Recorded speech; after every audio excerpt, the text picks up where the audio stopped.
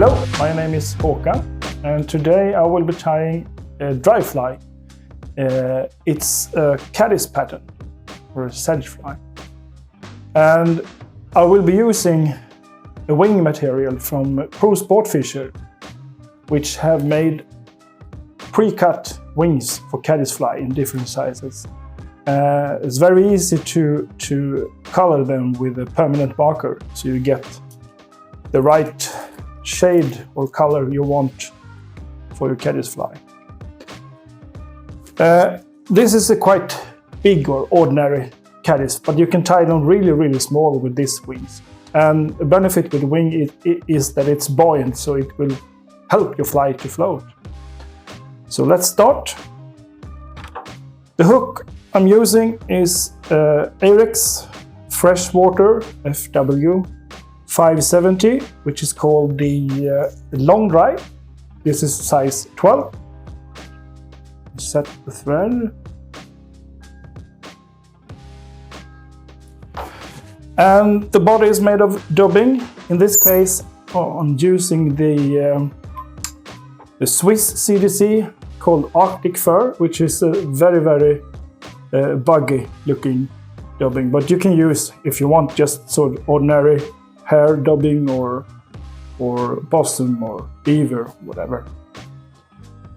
So I wax the thread and just spin it on, force the dubbing to grip the thread.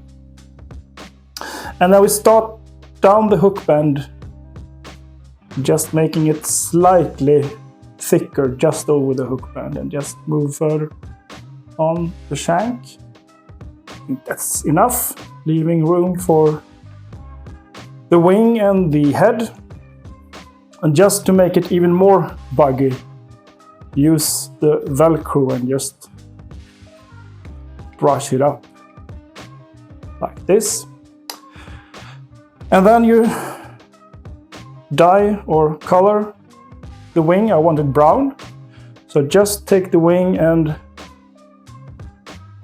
fold it over the middle like this, and then just measure the length.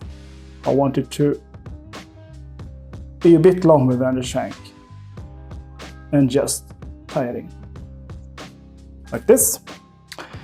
And for the head or abdomen, I should say, and legs, I'm using Deerhair. And as you can see, it's very short Deerhair. And the reason for that is that if you want the Deerhair to stand out or spread out as it should, you can't use a long Deerhair and just use the tips. You need to have a Deerhair which suits the size of the hook. And this is what I would use for this hook size. It's not the easiest way or the easiest material to get a hold of, but if you have a really well-sorted tackle store, you should have it. So we just cut off a small bundle, lay it on the wing, and then I do sort of 2 loose turn, and then I just pull it down. You can see how the fur is raising up, and then I'll just go through all the way forward to the head with the hook eye, and we just finish it off with a whip finish and cut it off. All that's left now is to trim off the waist, and the easiest way to do it is to hold the hook and cut it off from the behind. And try to make it, I'll show you later, sort of a bullet shape.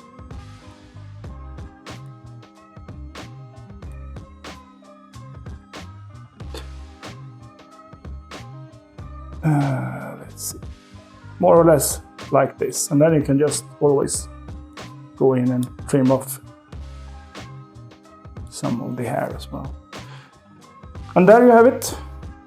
Quite simple sedge caddis pattern, which will float, well, not forever, but close to.